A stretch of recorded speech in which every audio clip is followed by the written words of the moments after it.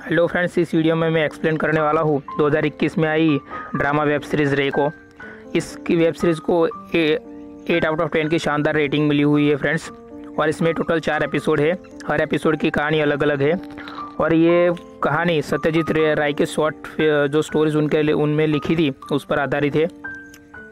यह कहानी एक इप्सित नाम के बिजनेसमैन की है जो एक बार में ड्रिंक कर रहा होता है। तभी उसके पास एक लड़की आती है जिसका नाम रिया था और वो बताती है कि तुमने मुझे पहचाना या नहीं। लेकिन इप्सित मना कर देता है कि मैं तुम्हें नहीं जानता।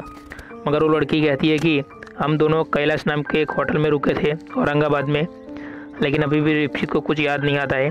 और वो लड़की बताती है कि उस कंपनी का नाम भी बताती है जहाँ इप्सित काम करता है और उसकी वाइफ का नाम भी बताती है, लेकिन अभी भी इप्सित को कुछ याद नहीं आता है। और रिया उससे बात करना शुरू कर देती है, मगर धीरे धीरे इप्सित को उससे इरिटेट होने लगता है और उसको जाने के लिए कहता है और लड़की वहाँ से चली जाती है। उसके बाद इप्सित सोच में पड़ जाता है कि ये आखिर मुझे ये बात याद कैसे नहीं है। और फिर वो पास में चला जाता है। उसके फ्रेंड की बात उसे याद आती है कि उसके फ्रेंड उसको कहा करते थे कि तुम एक शार्प माइंडेड आदमी हो, तुम्हारा दिमाग कंप्यूटर जैसा है, तुम कुछ भूल नहीं सकते।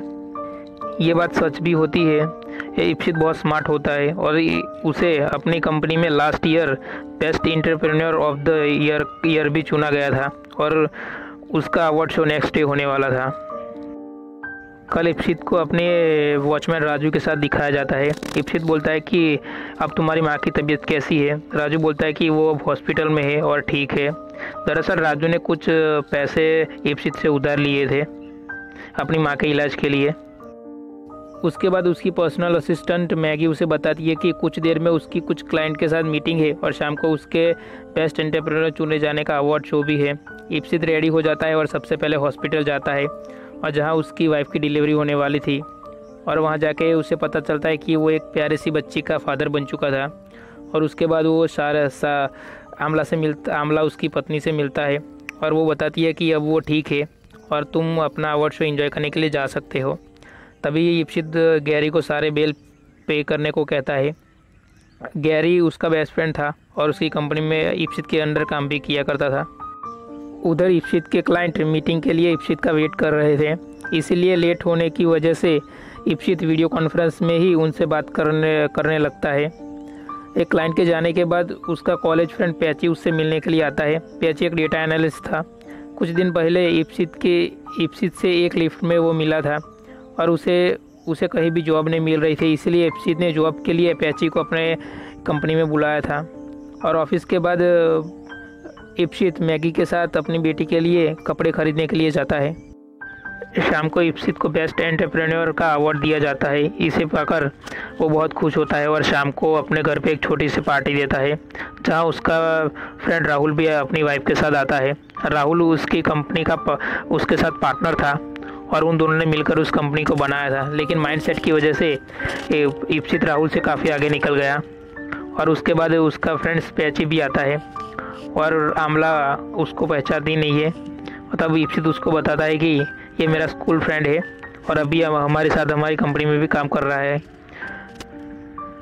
आमला कहती है कि वो न्यू एनालिस्ट। ये बात सुनकर पैची सैड हो जाता है। वहीं इप्सित पैची से पूछता है कि क्या वो कभी औरंगाबाद गए थे। पैची बताता है कि क्या तुझे याद नहीं कि हम दोनों औरंगाबाद 3 दिन के लिए गए थे, जहां हम लोग महावीर होटल में रुके थे, पर तुझे वहां एक लड़की मिल गई थी और तू उसके साथ कैलाश होटल में चला गया था जहां तू उसके साथ 4 दिन के लिए रुका था। ये सुनकर इप्सित शॉक हो जाता है, क्योंकि उसको समझ में नहीं आ रहा होता है कि वो इस बात को कैसे भूल सकता है। तभी इसे कंफर्म करने के लिए वो गैरी को कॉल लगाता है और उस दिन का शेड्यूल पूछता है। गैरी भी यही बताता है कि पहले वो 3 दिन के लिए औरंगाबाद गए थे, बाद में उन्हें 4 दिन के लिए एक्सटेंड करना पड़ा था। इप्सित गैरी से उस दिन की अपने कैमरे से फ़ोटोज़ मंगवाता है। नेक्स्ट दिन इप्सित की मीटिंग थी जो वो भूल गया था और इसलिए राहुल उससे कहता है कि उसे क्या हो गया है, वो अपनी मीटिंग कभी भूलता नहीं है। और नेक्स्ट डे हमें दिखाया जाता है कि इप्सित और उसकी वाइफ दोनों मूवी देखने के लिए गए हैं और जहाँ पे इप्सित पॉपकॉर्न और कोल्ड ड्रिंक लेने के लिए जाता है और तभी अपने बेबी को काउंटर पर रख देता है और फिर अपना बिल पे करता है। और उसके बाद वो जब मूवी देखने के लिए जाता है तो आमला पूछती है कि उसकी बेटी अनन्या कहाँ है, तो वो भागते हुए उस काउंटर की तरफ जाता है और वहाँ पे उसकी बेटी नहीं मिलती और वो परेशान हो जाता है और वो वॉशरूम की तरफ जाता है। वह सारे दरवाजे खोलता है और एक दरवाज़ा खोलते उसको देखता है कि एक नन्ही सी बच्ची बैठी हुई है अपने गोद में एक टेडी बियर लेके, और ये देख के वो डर जाता है। और यहीं पे सीन कट हो गया और हमें पता चला कि इप्सित सपना देख रहा था। इसके बाद इप्सित बहुत डर जाता है और सारे घर में अनन्या को ढूंढने लगता है, जहाँ उसे अनन्या अपने मेड के पास मिलती है और वो मेड से अनन्या को लेकर अपने गले लगा लेता है।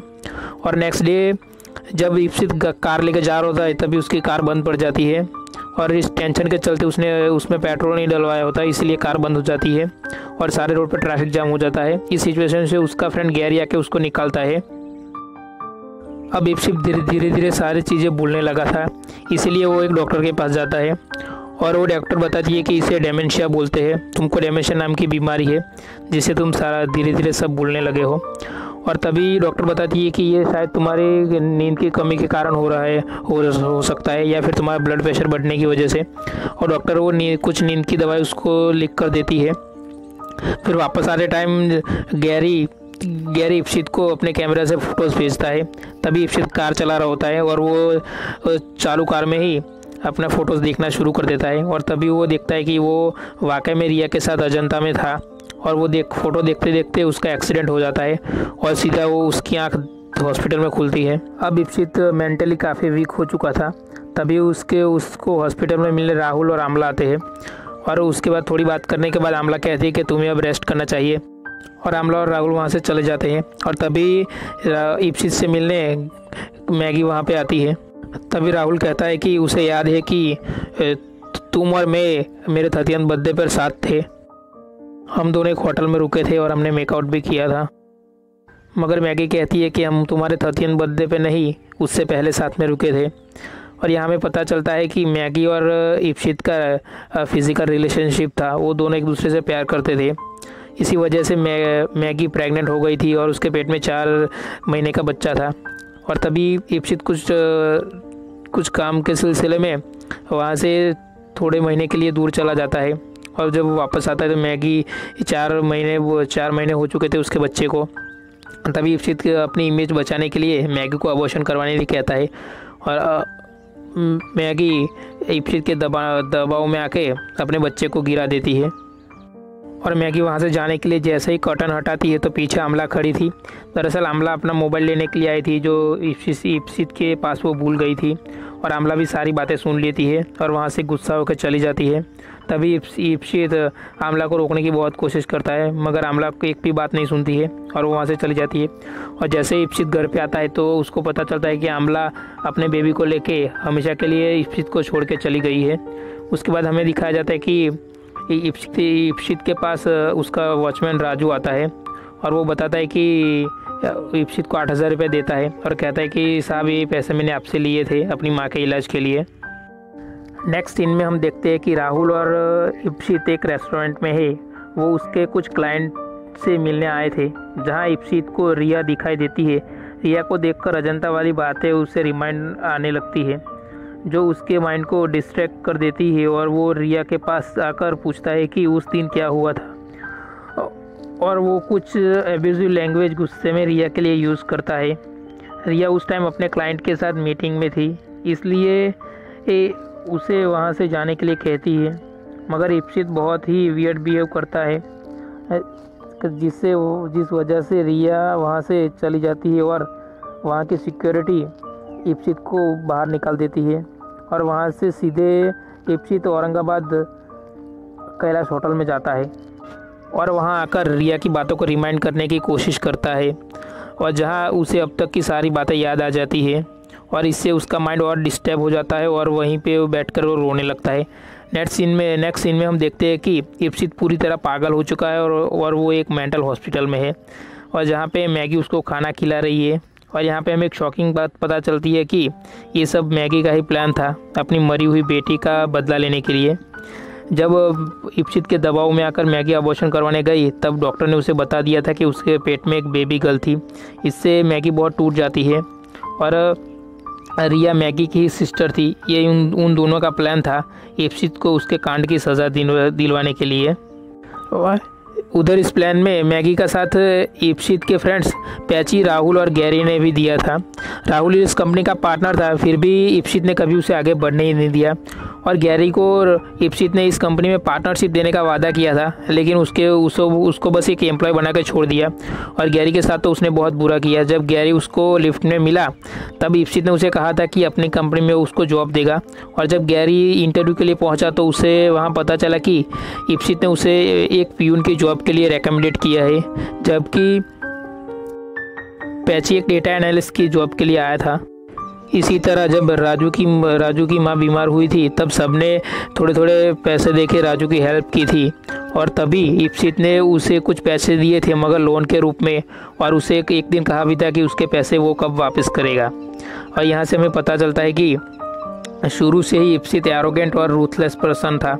उसे दूसरों की फीलिंग की कोई परवाह नहीं थी और अजंता वाली सारी स्टोरी झूठी थी। सबने मिलकर उसको इस स्टोरी पे यकीन दिलवाया और उसे मेंटली पागल कर दिया। अब इप्सित अपने कमरे में जाकर कुछ नंबर और नाम को याद करने की कोशिश करता रहता है और ये एपिसोड यहीं पे ख़त्म हो जाता है। तो दोस्तों ये एपिसोड आपको कैसा लगा कमेंट करके ज़रूर बताएं और इस सीरीज़ के और भी एपिसोड देखने के लिए हमारे चैनल को सब्सक्राइब करें और तब तक के लिए मिलते हैं नेक्स्ट एपिसोड में। जय हिंद।